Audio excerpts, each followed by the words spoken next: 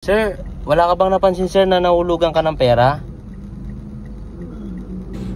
Actually sir, kahapon ko po pinoproblema yun.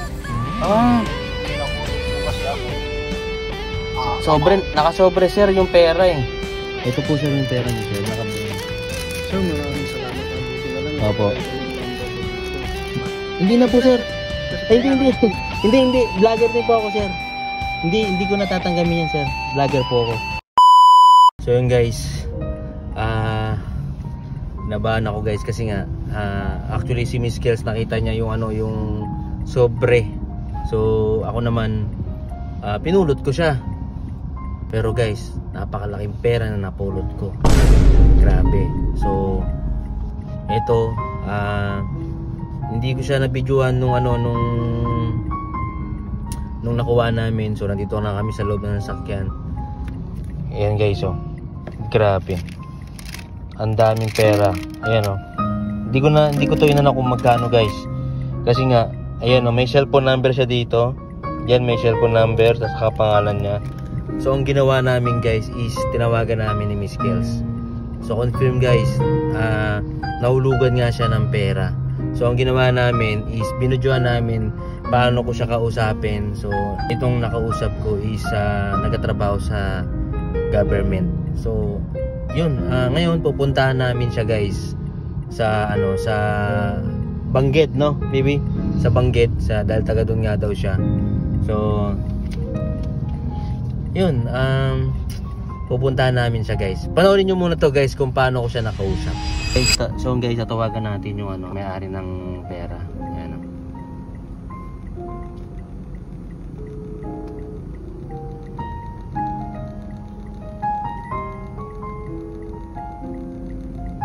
sagutin. Ako guys. Hello po. Hello sir, ma'am. Good afternoon. Sir, actually sir, tumawag po ako sa inyo. Baby? Yes po. Oo. Sir, wala ka bang napansin sir na nahulugan ka ng pera? Actually sir, kahapon ko po pinoproblema yun. Pinahulog ko kasi akong nakasobre sir yung pera eh. Yes. Opo. Actually sir, yung number is naka-blurred naman sa video ko. Ano po kasi ako sir, vlogger din po kasi ako. Ay, so nakuha niyo po? Opo sir, actually sir, kaya tinawagan po kita para puntahan ka namin. Ay, thank God. Opo. Kasi may paglalaanan po ako ng pera na yan sir. May nakalaan talaga para dyan. So, sige sir. naman. Actually sir, Yes sir, kung hindi nyo po hindi po yung kasi nasa po ako ngayon kasi nasa office. Opo. Dito po ako sa Camp 1 Villamor sa Calaba. Okay. Okay sir. Kung po sana sa inyo sir kung makakapunta. Sige sir, actually sir, gusto namin ibalik sa inyo yung pera. Buti nga sir, ako po ang nakapulot ng pera. Kasi yung iba kasi pag nakapulot ng pera, baka hindi na may ibalik sa'yo. Opo. Sige sir, sir, i-text nyo na lang po sir yung address ninyo. Yes sir, thank you po. Opo. Maraming salamat. Opo, pupunta po kami ngayon dyan sir Napakalaking pera nito sir, kaya hindi ako nasilaw sa pera actually. Pero thank God din na hindi rin ako mukhang pera. Buti nga kamo sir, hindi iba ang nakapulot dito. Yun na nga po sir, buti kagaya nyo po na may magandang loob yung nakakuha. Oo, sana ganun lahat ng tao, no sir, no? Oo nga po. Opo sir, sige, by the way sir, buti na sumagot ka sir. So ngayon, hindi ka na problema sir. Oo nga sir, hindi ako nakatulog kagabi. Okay sir. Sige po sir, pupunta kami dyan. Don't worry sir, ibabalik namin pera sa inyo. Yes. Okay po sir.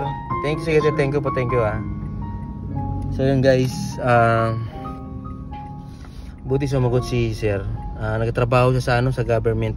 Pero hindi natin alam kung kung sino siya. So wala naman akong pakialam doon. Basta may balik natin yung pera sa nagmamay-ari. So tara, puntaan natin. Naisend na, baby? Naisend na yung address. Sino mo? Oo. So yun guys, naisend na daw yung yung address. Tara, puntaan natin. Let's go. So yun guys, yun, napanood nyo na guys. So itong pera na to guys is ibabalik namin sa nagmamay-ari dahil kailangan niya daw ng pera at na ano na daw siya na talagang hindi niya na alam gagawin kasi hindi niya na alam kung saan na mahanap yung pera. Pero yun in God's permit nga kami nakapulot ng pera niya. Dahil kami naman hindi naman kami swapang sa pera. Ibabalik natin guys. Tara, punta na natin sa PNP. Pasok tayo dito guys. So yun guys, pumasok na tayo dito. So tatawag ulit tayo sa kanya. Window. Turn left, then slight right.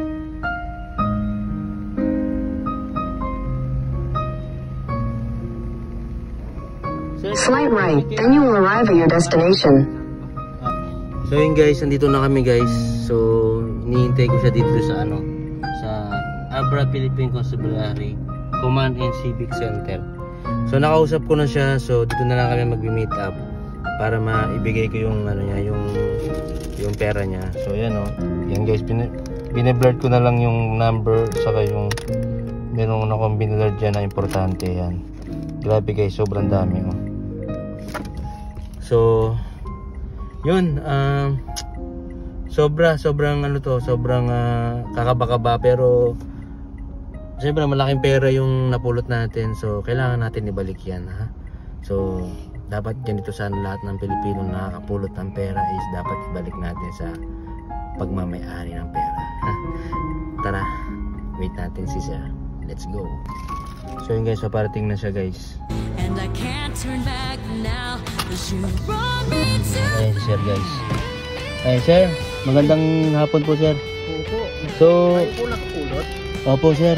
Kayo yung tumawag kanina? Opo kayo po Sir. Yes sir, maraming salamat po. Nag-loan po kasi ako kasi may pagkagamitan. Okay. Pulis ka pala Sir. Pero i-blur ko na lang Sir i-blur ko po yung nyo Ay sige sir, salamat. Sir, actually Sir, ito siguro nga nilaan ng Panginoon to para may balik sa'yo. Ito po Sir yung pera niyo Sir, nakablong. Sir, maraming salamat. Buti na lang. Opo. Ito yung number ko dito. Buti na ilagay mo dyan Sir. So yan si Sir guys. Yan guys si Sir, naibalik na natin yung pera sa kanya. So malaking bagay para sa kanya yun kasi nga kailangan niya pala ng pera kasi nag-loan pala siya ng pera. Sir, Okay na po. kunin nyo. Ay hindi Sir. Hindi na po Sir. Kasi Ay hindi. Vlogger din po ako Sir. Hindi ko natatanggamin yan Sir. Vlogger po ako. Opo. Hindi ko na sabihin kung anong pangalan ko Sir. So ganoon na lang Sir. Ingat po kayo palagi Sir.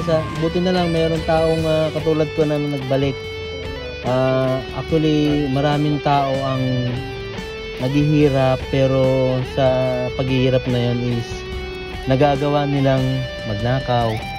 So pag may nakapulot silang pera, hindi na lang ibabalik yung pera.